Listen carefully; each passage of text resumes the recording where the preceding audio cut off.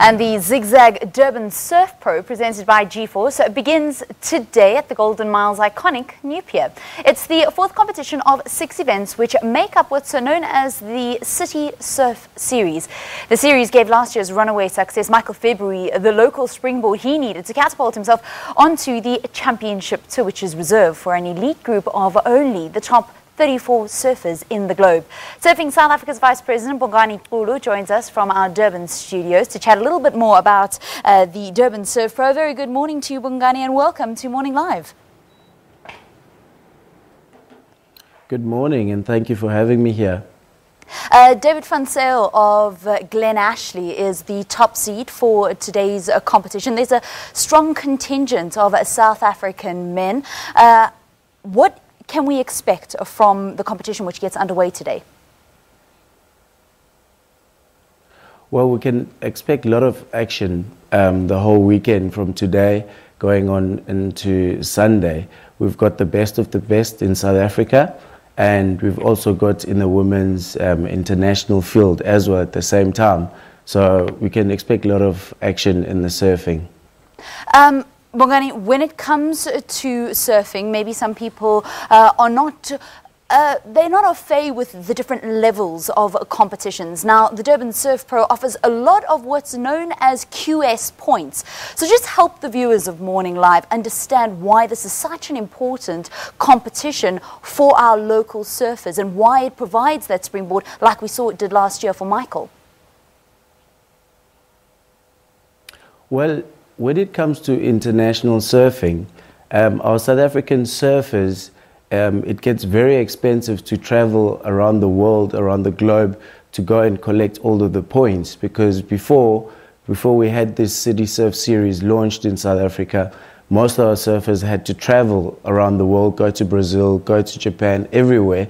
And this becomes very costly for them as well, because it's not guaranteed that you're going to get those points or you're going to do well on each event. So now at home you've got these the series that starts in PE. It goes all the way PE Eastern Cape, and you are able to surf 5 events, and there you are definitely guaranteed in the whole pool of our professional surfers to gain those 1,000 points, 1,500 points.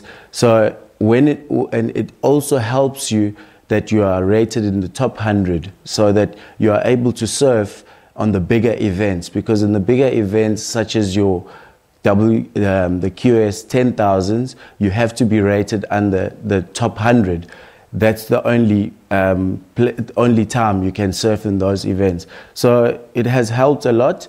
We can see the results with Michael February, as you said earlier. He ranked up good points, winning three of the 5 events, and it gave him a great opportunity to surf the 10,000 in Palito, the Palito Pro, and then he qualified with the good results there. So he qualified. So we pride ourselves with the City Surf Series, which is in partnership between the WSL and Surfing South Africa. As Surfing South Africa, you guys must be feeling quite confident as to where South African surfing currently is at. Many people, former surfing lovers, know it as the Gunston 500, now the Palito Pro. It's going to be celebrating its 50th year this year. Sean Thompson is going to be spending a month in South Africa around the event. And then we've got Michael February as well as Geordie Smith campaigning on the WCT. Geordie Smith just recently captaining Team World to an inaugural Founders Cup title. So Surfing South Africa must be feeling quite positive that surfing is on the up. You know, when we look at this as Surfing South Africa, Michael February as a first surfer of color in South Africa to qualify onto the championship tour, you know, that's a huge achievement for us as Surfing South Africa. We look at Geordie Smith. He's been through the ranks of Surfing South Africa from his junior entry level of surfing, and now he's dominating the world stage. Recently, surfing has been included into the Olympics, and we've just seen the Kelly Slater wave pool, Geordie Smith #1 winning on his team. So it shows you Surfing South Africa has got a system which is working, and it's working very well with WSL. At the moment, we've got a very good partnership that's going on.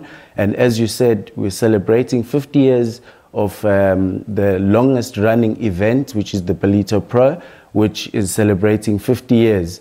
You know, to us, that is achievement. And to get Sean Thompson, who's currently living in California now, to get him here doing everything. And it's not only just about surfing, but also getting involved with the community.